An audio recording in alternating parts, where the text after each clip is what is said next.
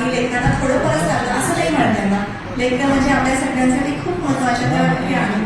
आता आपले सन्माननीय सदस्य पृथ्वीराज भैया असतील किंवा इतरही सदस्य सांगतात भले आपल्या तालुक्यामध्ये शाळा व्यवस्थित असतील किंवा नसतील, संपूर्ण जिल्ह्यामध्ये जेवढे आपल्या जिल्हा परिषदेच्या अंडर येणाऱ्या सगळ्या इमारती आहेत तिथं मग लहान लेकरं असू दे किंवा नागरिक असू दे, तिथं जर ते जात असतील आणि त्या इमारती जर धोकादायक असतील तर आपण सगळ्यांनी वेळेवर ऑडिट आपण करून घ्यावं आणि आपल्या जिल्हा परिषदेच्या बैठकामध्ये मांडून जास्तीत जास्त निधी त्याला व्हावी.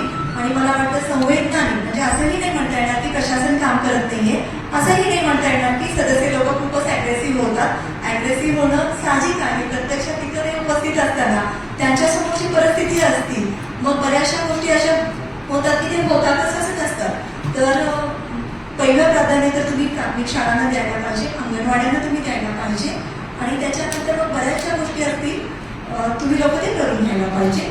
फक्त मला एक सांगायचं आहे, मुलाचा जो विषय झाला तिथं स्वतः तुम्ही सीईओ साहेब तुम्ही गेलात, मला वाटतं की आदर्श शेख सर स्वतः गेले होते, व्हिडिओ साहेब गेले होते, पंचायत समितीचे उपसभापती साहेब गेले होते आणि पालकांची संमती घेऊन त्या सगळ्या लेकरांना आपण प्रायव्हेट हॉस्पिटलमध्ये नेऊन त्यांच्यावर उपचार केलं.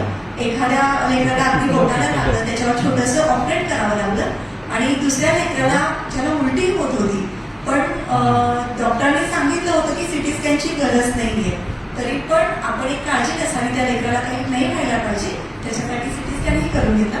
त्याच्यासाठी प्रशासनाचं पण तुम्ही काम केलं, त्याच्यासाठी तुमचं कौतुक पण आहे, लक्षही आपण सगळ्यांनी दिलं पाहिजे असं वाटतं.